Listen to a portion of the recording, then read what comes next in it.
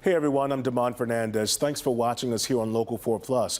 Right now, we're bringing you a conversation with billionaire businessman Dan Gilbert. He sat down with the Detroit Economic Club to talk about his vision for the future of Detroit. Take a listen. Okay, we have the honor of having Dan Gilbert at the Detroit Economic Club. How about that?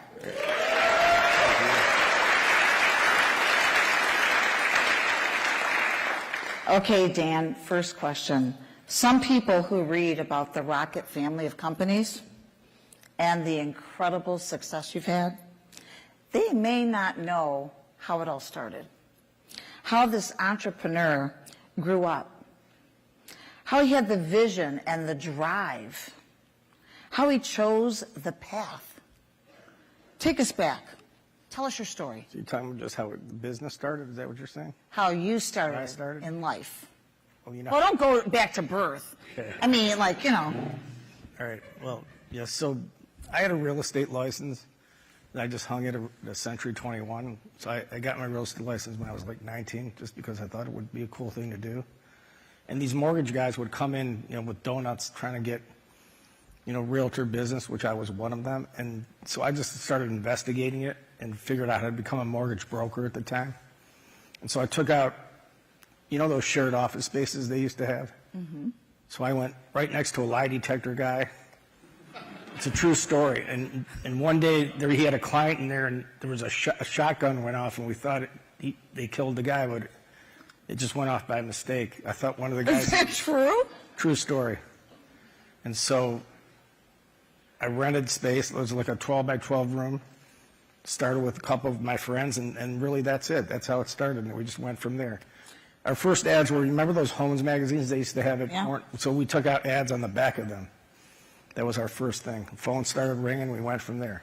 Now it's 40 years later. Here I am. So at Michigan State, you were sort of an entrepreneur as well, were you not? Yeah. I mean, did you study ever? I had a little bookie business there, gaming business. Yep. Is that what you're talking about? Yep. That was the start. That really was the start of your business. Yeah, that was interesting. Yep. So you guys can all read about it, but I'm not going to get into that. Okay. Now I'm going to go to 1985. Yep.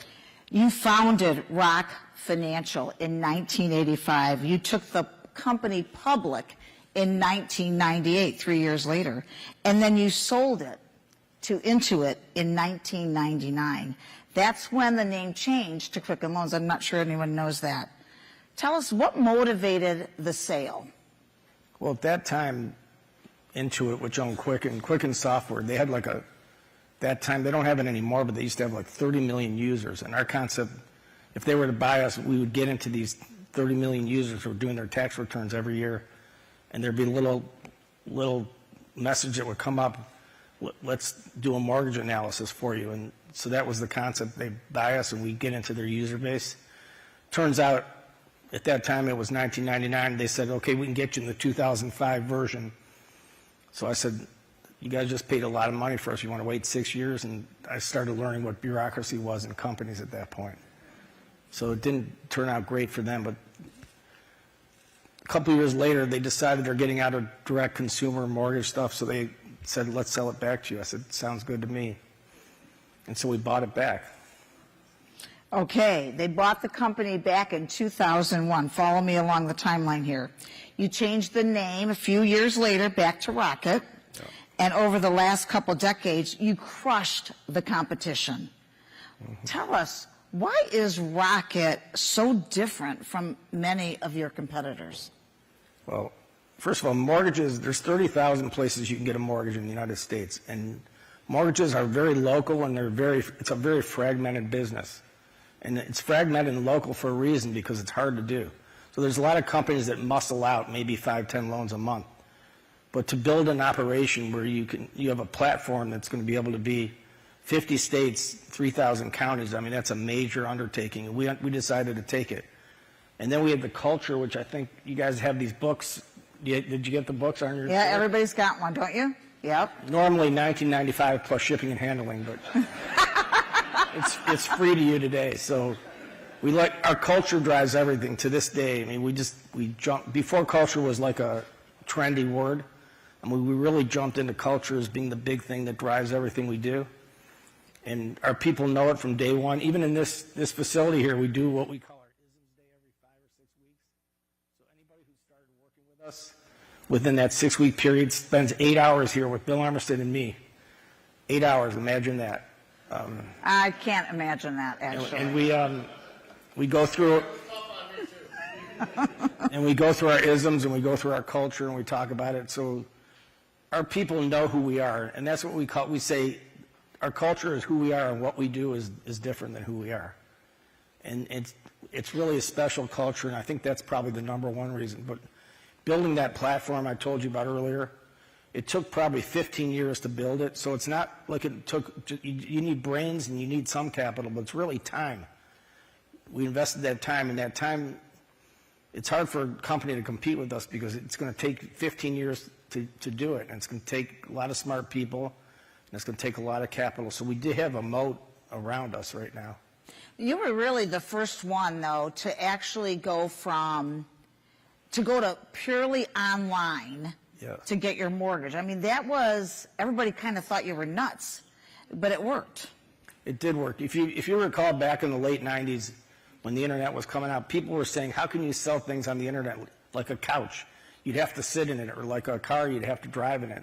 Turns out that all happened, but at the time we were just all data, and I figured if anything should be on the internet at that time, it was, you're just moving numbers around. It's not like you don't want to sit on a mortgage, right? You don't have to look at that, take the hood off and look in it. Right.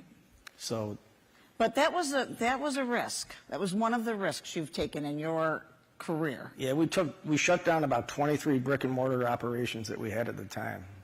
And when you're centrally located and you can do them from a central place and without having the worry about managing 50 locations or 1,000 locations, it makes it a lot easier. So we were way ahead of the time. You were way ahead of the time. Well, thank you. Okay, you met your beautiful wife Jennifer at the company. She was working for Rocket. Fell in love. Not exactly true. That's not? No. She was. Where's Aaron? You checked these. It's okay. I wanted to so she actually came to my office and sold me office furniture, and I asked if she came with it, and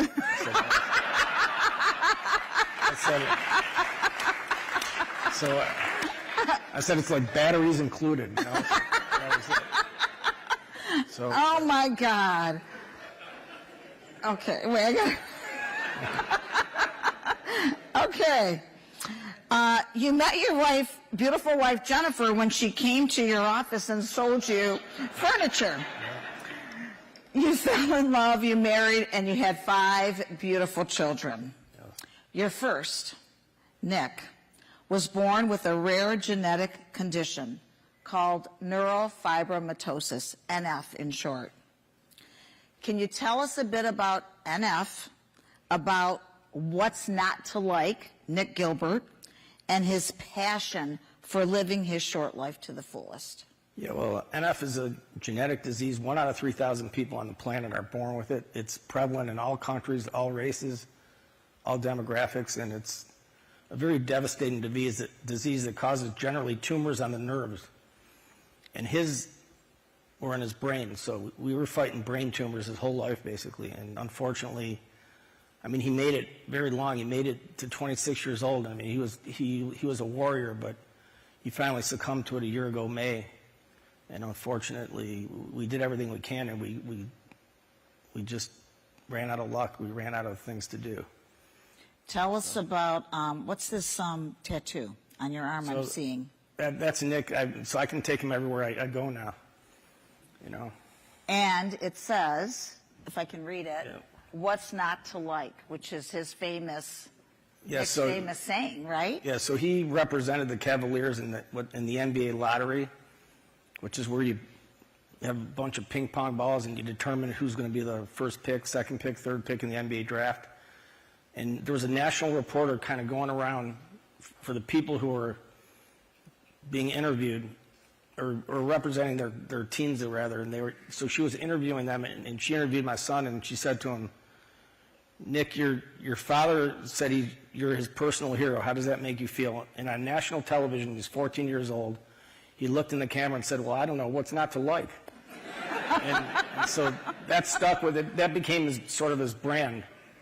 And then Nick really did work on the bar restaurant in Detroit that he was opening.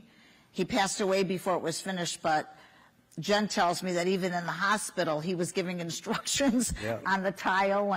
And so talk about where that's at in Detroit. Everybody's got to go see it. It's phenomenal. The food's great. So he had this vision of putting a real high-end sports bar in Detroit, and he worked on it for the last couple of years of his life. And so we picked up the ball and ran with it after he passed away and got it open. And his friends called him Gilly, so we named it Gilly's, and it's right on Woodward Avenue. And I think you'll enjoy it if you go there. You'll love it. Sports bar, It's a great sports bar. And there's something called Bang Bang Broccoli you want to get there. It's the best broccoli you'll ever have in your life. The irony of it is my son never put anything green in his mouth his whole life. So, Okay. Instead of giving up, you and Jennifer are determined to find the cure for NF in Nick's honor. In fact, you're building a floor in the to-be-constructed Henry Ford Health Research Center dedicated to neurofibromatosis. And you continue to hold an annual fundraiser to raise funds needed to continue this incredible fight. Everyone here, please join the Gilbert family and support the fight to eradicate NF. There is a card on every seat in front of you, along with the isms, for your consideration to support NF. So please do. Okay, Dan. Okay, you had a life-threatening stroke in 2019. You could have thrown in the towel. Many of us would have. But you didn't. You traveled to the Shirley Ryan Rehabilitation Center in Chicago, spent 9 weeks there. You returned home in a wheelchair, more determined than ever. And just a couple months ago, at the groundbreaking of the Henry Ford Health Research Center, you walked across the stage, just like you did today, to make comments. At that moment, I understood your faith. I understood your unrelenting refusal to give in. And now you and Jennifer are bringing the Shirley Ryan research capabilities to Detroit. Why do that? thank you. Thank you.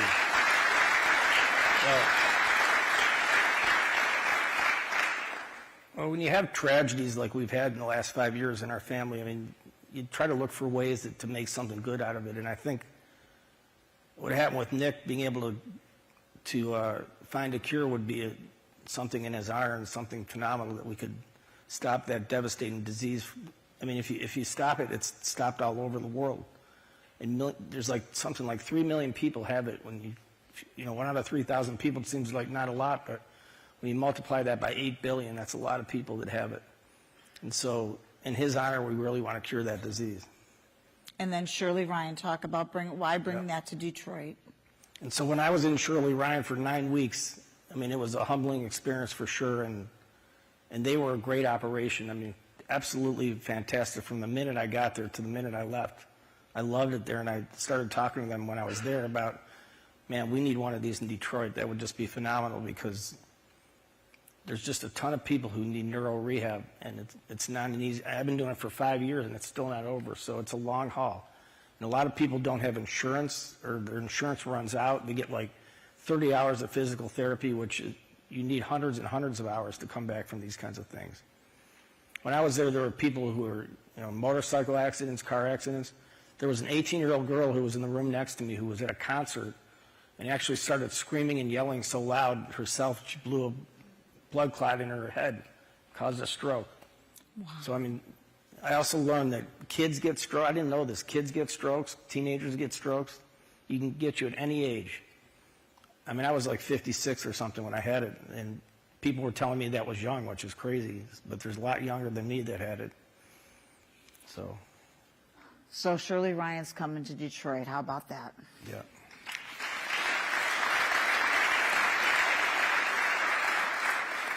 Okay, I want to talk more about your commitment to Detroit.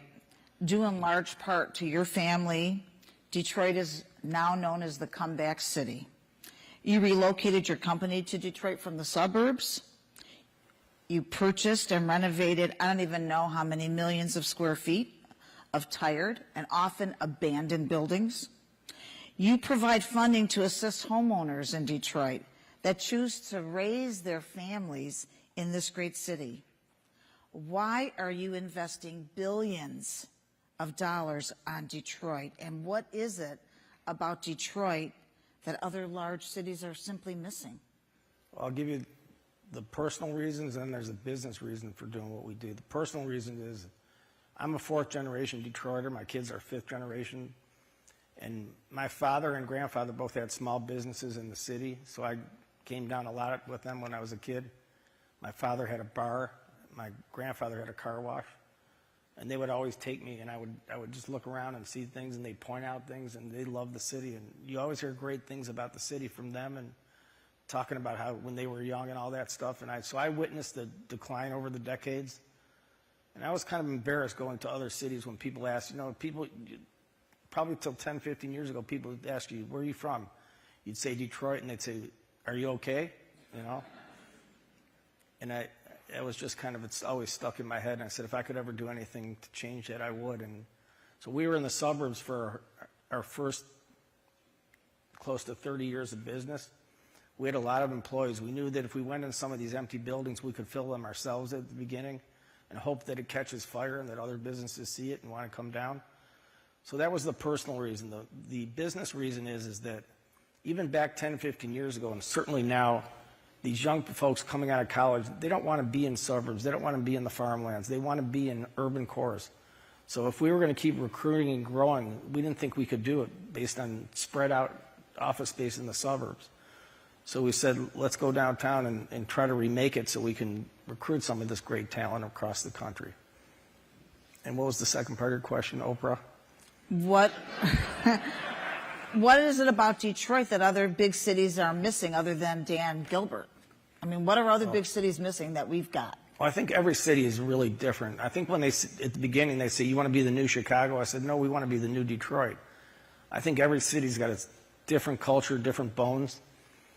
I just think Detroit's got grit. Its people have been through so much. They really want to make a difference now and change it. It's really always all about the people. It's really true. That's really true. Okay, it's obviously you love the city. You know and often talk about big, hairy, audacious gaps that we still need to address, all of us. And I would like your thoughts on a couple of them. Help us understand the work that needs to be done and how might we together get it done. And let's start with talent attraction and retention. Yeah, that's my number one. I mean, keeping our kids home. It's absolutely absurd that thousands and thousands of I'll call them our kids for lack of better words, graduate from Michigan, Michigan State, Wayne State, and all over the state. And 80-something% of them leave to go to somewhere else. A lot of taxpayer dollars, certainly a lot of mom and dad dollars invested in their children only for cities like Chicago, New York, Boston, LA, Seattle to benefit from. I mean, it's nuts. So we've got to keep them here. And these are the kids that start companies, that have great skills, that they can help grow other companies. I mean, it's all about talent and talent retention and recruiting. And we survey our young folks almost every month, and they tell us what they want and what they need in a new city. And certainly transportation's a big one. I mean, that's Talk just a about huge that. one. Talk about regional transit because we don't have it. Well, if you asked about other cities, I think every major city in America has some form of regional transportation but us, which is a shame. So the Q line itself, which we put in 7, 8, 9 years ago now, has been responsible. Not responsible, but along the Q line for 3.5 miles, $10 billion of investment has taken place in 7 years. Now you can say that some of it is because of the transportation, not all of it, but it's certainly a reason. I mean, people can get on that and ride it all through downtown. And this year, over 1 million, I think it's 1.3 million in users riders will be on that thing. And I got to tell you something. The first couple of years, I was really skeptical because I would look inside as I was driving, and it would be empty. These cars would be empty. But in the last 4 or 5 years, last 2, 3 especially, it's really taken hold. And It's vibrant now. Absolutely. And there's more proof that that's just a 3.5 mile strip. I mean, imagine if you have regional transportation going to the airport, back from the airport, east to west, north to south. I mean, it would completely change the region. The economic boom would be the biggest one we've ever seen in this area. How can we help get that done? Well, you know, there's an RTA that was formed, Regional Transit Authority, so now at least we have that going. And the federal government funds a lot of these systems, so we've been, and the RTA has been lobbying the federal government to really consider Detroit. The problem is there's been something like 21 other runs since 1900 that Detroit has made attempts to get a regional system that have failed. So they don't really believe in us, the federal government, to do this. So we really have to get more and more groups together, more and more community groups, more and more business groups to really help the RTA make the pitch to the feds and figure out other funding sources as well. We could use you in Washington, D.C. Oh, yeah? What position do you think? The biggest one. Oh, yeah. Okay, let's talk about population stagnation, because if you look at the statistics, it's scary to think about Michigan in 10 to 20 years from now.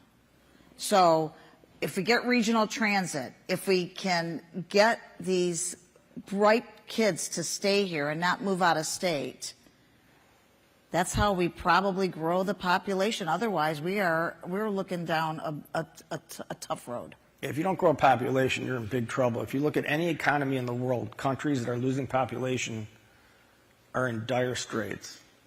And countries are like that, states are like that, cities are like that. You got to be grow or die. So it's not just the kids. I think we got to figure out another way through immigration or other ways to get more people to Detroit. And I think though Detroit sells, I'll tell you what, once you get them here and put feet on the ground, and we see it every day in our businesses when we're hiring people, hiring executives, recruiting retailers to open up shop on Woodward. You can't tell them stuff on the phone because they don't believe it on the phone. But when they get here and they put their feet on the ground and walk around, they feel Detroit and they're all excited about it. And I would say almost 100% of the people that we put them on the ground love the city.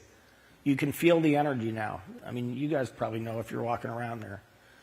I mean, you really can't. People who haven't been down there, let's say from the suburbs for 20, 30 years, they're looking like they do this thing where they look like this way and that way. I mean, they can't believe what's going on in Detroit. So we just got to keep the momentum going, keep the energy going. We got to figure out how to keep our kids here. We got to go recruit kids from other universities, other states. Maybe we'll take it to them now. They've been taking it to us for decades. So we're going to go get their kids. There you go. You know? You know, you heard Dan just say this, but before they hire an executive, they insist that they come and spend a couple of days in Detroit to experience the city of Detroit, and it works. It works, and they got to stay at our hotels, of course. Yep. I know Varun is here, the CEO, so I know he did that, right, Varun? Okay. Finally, I want you to talk a little bit about our abysmal K through 12 education rankings. I think we're 43rd, or maybe it's even 45th in this country, the state of Michigan. Well, I know there's a lot of great people working on education in Detroit, and we've certainly contributed where we could. We're not like dead center in the middle of that. I think that's just as critical as anything. I mean, you got to have great schools, and that affects everything, because you want to keep families here. I mean, you get the kids until they get to be, let's say they're 25 and now they want to have a family. And so they're like, okay, how are the school systems here? I'd love to be in a home in Detroit. So it goes further than just educating the kids, which is critically important. It affects the housing market. Yeah. It affects businesses recruiting people because they want to live in the city, and there's not, they think, well, there's some places that are great, but they think they need a lot more affordable housing. There's a lot that wraps around that. That's Yep. right. Okay, one of my favorite Dan Gilbert isms. You all have the books. That's probably, I don't even know how many have been published before that, but many, many. But one of my favorites is do well by doing good. Dan Gilbert, you set the bar for doing good, and everyone in this room and everyone in the city is grateful to have you in our lives. Well, thank you. Please join me in thanking Dan Gilbert for sharing his thoughts and his insights. I appreciate that. Thank you.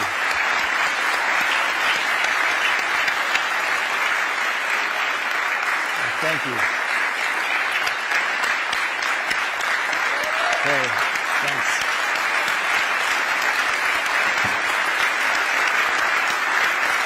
Good job.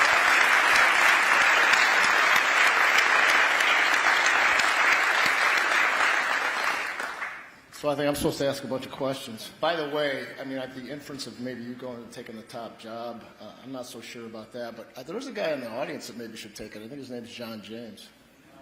Oh, John James is here. Anyway. There you go. You ready for that, John? All right, so just a bunch of questions that have come in. Let's start out with let's go top to bottom, Dan. Has it been difficult to maintain such a great company culture after going public? After the what? Going public. Oh. Being a Going public public. company. So is this a second interview now? I don't really understand. Yeah, these are audience questions. Oh, these are audience These questions. This Oh, is I didn't not know me. that. I know the answer to this question. Okay. You want me to answer it? No, that's okay. Going public is, or when your company's public, it's clearly a whole different situation than when you're private. I mean, you have a real board of directors you have to answer to. You have to answer to your shareholders. You can't do some of the crazy things that you would do as a private company because everybody knows about it immediately because everything's public. But we've changed. We've rolled with it. I mean, it's not impossible. It just makes it harder. So, next one, not a question, a thank you. Thank you for all your hard work and personal sacrifices to make Detroit the comeback city. We can't thank you enough. Just thought I would share that one. Can I say one thing about that comeback city business? I don't know where it's kind of cliche and we could do better than that. The comeback city. Every city thinks they're the comeback city. Okay, what would you say instead I have of no using idea. it? I have no idea in my head right now, but I think we can put it out to the. Don't anybody ever call it comeback city again. It's a city that's coming back, but I don't know if it's the comeback city. I mean, you ask anybody, it's the comeback city. I know. Cleveland thinks they're the comeback city. They're not. No. Maybe some of these kids up here could come back with a good name. On the Smarter topic than of us. public companies, do you think a private business or a public business is better? I think there's benefits to both. I don't think you can say one's better than the other. I know there's a lot of public companies that like to take themselves private, and certainly there's a lot of private companies going public, so grass looks greener a lot on the other side. I think there's benefits and detriments to both of them. Cool. All right. Detroit's received a lot of accolades for private-public partnerships. Talk about that and the importance of that in philanthropy.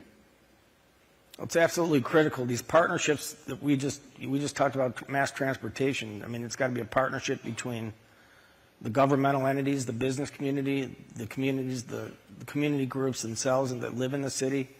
I mean, I think Detroit in the past has been very, very poor at having partnerships between various constituents to get things done. But you get a lot of things done when we got the Q line done as a big partnership. I mean, you get more. The Ford Motor and the train station, it was a public-private partnership. So I think that there's a lot of things that you can do together that you can't do just by yourself, and I think it's critical. Okay. What leadership routines or behaviors have attributed to your success that are repeatable for others? Well, I think if you read those isms book, that's who we are, and I think you'll see a lot of the things that we believe in there. There's 20 of them, I believe, or 21, Bill? We have 16 now. We actually had 20, and we modified it here in the last year with the addition of our first time ever outside of the organization CEO, Varun Krishna, who's kicking ass. We modified it down to 16, but as you know, Dan, we've had as little as 4. We went up to 12. We went up to 20. So we're at 16 now. He laid off 4 isms. He did. No, Varun hired 4 key people from outside. That's one of his great abilities. He knows a lot of people, especially in Silicon Valley. So now we call them the Varun 5. Which I think is, You got to come up with a song to go with that, Varun. Sandy, tell me your favorite Maroon 5 song. I'm not. Maroon 5. I'm That not. one? I'm No? not. I love Called them all. I'm Not? I love them all. Okay. You know them? Yeah, okay. All right, what childhood memory resonates with you to this day and has helped shape who you are? That's a great question. I think there's so many. I did start a pizzeria out of my mother's kitchen. Oh, you should tell that So we story. bought It's Chef awesome. Boyardee pizzas when I was 12 years old, and then we put flyers in all the neighbors' mailboxes, and we got like 30 or 40 orders a night. And I had my brother and their friends on their bicycles delivering to the houses. So that was my first, I guess, official business. What happened to it, though? Well, the health department called us and closed us down. So, health department, we violated zoning laws. You know, And your mother was part of this. oh, she was out of her mind about it. I mean, because we destroyed her kitchen. So 12 years old. yes, and then there's one other part of that. What's the other part of it? Well, you learn so much from this, from what the government regulations are going to do, and that was my first exposure to it. So Okay. What has been the proudest moment of your career? another great Still, it's question. still an ongoing career, so more to come. But is there I one hope that so. sticks out? That's a good question. I mean, there's a few proud moments, but every day when I see the people around me grow into great leaders, some of them are here today. I mean, to me, I'm proud every minute of that. So that's part of it. That's not one thing, but I mean, delivering Cleveland a championship in 2016 after 52 years of no championships was an exciting moment. Yeah, that's great. I'm thinking about. Yeah. Yeah. I'm thinking about maybe. Is this finally the year? Is this finally the year that the Lions win the Super Bowl? I believe they're going to be definitely competing for it, right? That's as far as you'll go. Will they win it? I mean, it's hard to get back to where you were even. NFL is very, very difficult, as is the NBA. You got to stay healthy for sure. All right. Do you take more joy in the mortgage or the real estate development aspects of your business? We kind of look at our business as one business. Everything's connected to each other. I mean, mortgage connects to real estate in the way that we are a tenant and a landlord. You know, all of our business, like even StockX, which is a big exchange, especially for sneakers. I mean, look at my sneaker game now compared to, these are the Jordan 12 cool grays. Sandy, Can I get a pair? Yeah, you might use a pair of these. You know? Oh, these shoes are killing me. So all of our businesses are connected to each other, and I do enjoy all of them. It is nice watching like the Hudson site develop and the book. Those were gems that we're really excited about. I could go on and on. I got to think. So you touched on this, but this is a little bit more pointed. What challenges does Detroit face in expanding its public transit system to be on par with peer cities? And what is the path to overcome them? Well, I think we talked about some of it, but we do have an RTA now, which we didn't even have. No, I mean, think about it, not having a regional transit authority in a city our size. But we finally have one now, so that was the first step. Now it's just execution. The funding, are we going to get funding from the federal government? And then how many people are going to scream and yell when the trains come through their neighborhoods? You know, you've got to condemn land and all that. I mean, we're 375, they're working on 375 to come through to bring it up to grade, which I think is a phenomenal idea. We've got people screaming and yelling about that. Imagine that if it was to grade now and all of a sudden you announce, we're going to go dig this beautiful road down 60 feet and have an empty cement freeway in there. But we're changing it. If you switched it around, you can imagine what would happen there. So you got to get through that part of it. So let's see, where are we? Okay, so actually, Varun talks about this, about taking big swings as a leader. I mean, you have been an entrepreneur for years and years and years and years. Talk a little bit about your thoughts on taking big swings and maybe an example or two that you think has been a big deal in your life. Well, I think everybody who runs an entrepreneurial company has to make big bets at some point. And we did. Sandy, you pointed out when we went on the internet, that was a big bet, closing our branches. But you know, you got to just believe if you lose the bet, you're going to come back. If you got great people, you're going to come back. In fact, when people ask us to invest in their businesses, I always ask my colleagues, are you a horse guy or a jockey guy? So the horse is the business, the jockey is the leader. I'm definitely a jockey guy because I've seen great leaders take a bad business and turn it around and make a great business. Same thing with big bets. You can't be so afraid of big bets, because if you win the bet, that's great. If you don't, you got to believe in your team's going to figure out something to do good. Once again, it all comes down to the people. We'll ask one last on this round, and then we'll go to the speed round, all right? Do you feel there's a lack of innovation to embrace our youth into the corporate culture? Here, or what do you know? It's a general question, but yeah, let's start with here. Can you repeat the question? Certainly. Yes. Would you like me to have it read back? Do you feel there's a lack of innovation to embrace our youth into the corporate culture? Oh. I think there has been. I think it's gotten better and better now that companies have had 20 years of the internet, or 30 years almost of the internet, and now that they've been exposed to social media for 5 or 10 years, and having young people in this, like I always have 5 to 7 really young people. You can call them interns, but they're not always interns, in my team, because I like to see. I want to know what they're thinking, what they're doing. They know more than we do about what's hot, what's not. I mean, you don't have to be an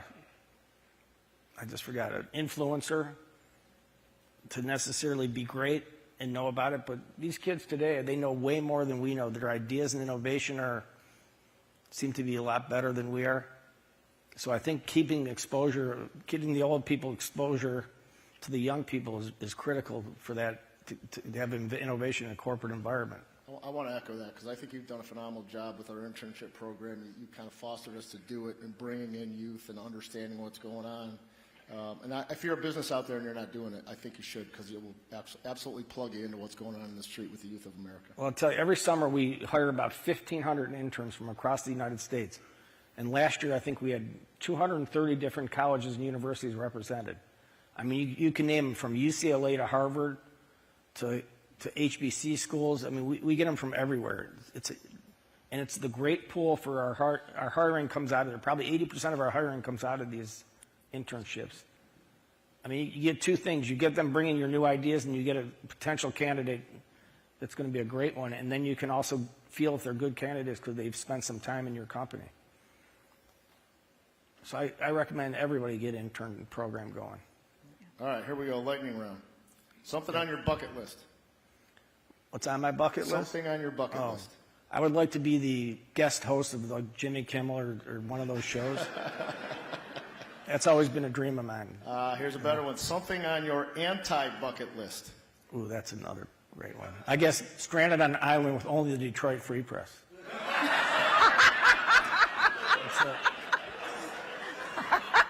Sorry. You guys all know what I'm talking about. All right. Person you'd like to have lunch with funny. that's not a family member. Say that again? Person you'd like to have lunch with that's not a family member. Dead or alive? Your call. I'd say I have two of them. Albert Einstein is one, and Winston Churchill would be the other. Anybody that's living? And Sandy Pierce. Okay. All right, here it is. I wish I was better at Texting. texting. I mean, I'm a disaster. I'm probably the worst texter in America. I literally, every word I have to redo every time. So, Describe Detroit in one word. that's tough, but I'm going to say gritty. Grit? Gritty? That's 2 words, but it's of the same source, so you got to give it. All right, I got to end with this one. Actually, I'll give this to both of you. I'll start with Dan and then Sandy. I'll hear your thoughts on this. Advice to your 25-year-old self. You want to go first? Sure. You know, I told the students this earlier. When I was 21, I was applying for a job after graduating from Wayne State at the same company that I was working at for 2 years. Now J.P. Morgan Chase was MBD at the time. And I was applying for the management training program in the branches. I had been working in the branches as a teller for 2 years. And the internal recruiter told me that she wasn't hiring me. And I asked why, and she said, because you're too nice, you're never going to make it in management. So at 21 years old, think about that. You can let something like that stop you, and many people do. or you can figure out a way to get through it or around it. It's your choice. So what I would say to my 25-year-old self, and I would ask all of you, is never, ever, ever let anyone tell you that you're not smart enough, you came from the wrong side of 8 Mile, you're too nice. Never let anybody tell you that. That's awesome. All right, Dan. I've never had anybody tell me I'm too nice, that's for sure. But I resemble that remark. I will say that I would tell my 25-year-old self, just chill out. Everything's not so serious. Everything works out in the end for most things. I mean, most things, everything, you know, it generally tends to work out. It always seems like it's worse than it is. I mean, even with my stroke and everything, as devastating that was, it's working its way out. That's great So, advice. you know. Well, it's been awesome having two business icons on the stage. I think it's my job now to hand it back over to Steve. Okay, well, thank you.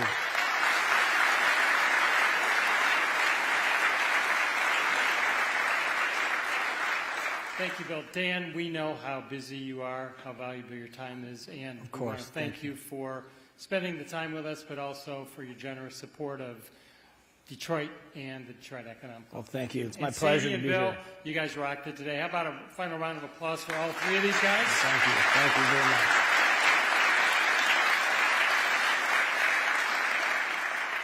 Ladies and gentlemen, I invite you to join us for a strolling lunch in the atrium. But first, two other quick things. Number one, I want to just say a special thank you for my team, who's been amazing, helping me through this and getting through today's event. So thank you to my team. You guys are fantastic.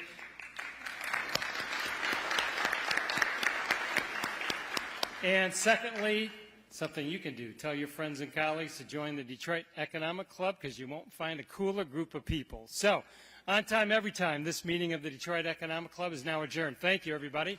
We're bringing you this as a part of our partnership with the Detroit Economic Club. We'll hear from more big names in the next few months, and we'll have them for you here on Local 4 Plus. Thanks for watching.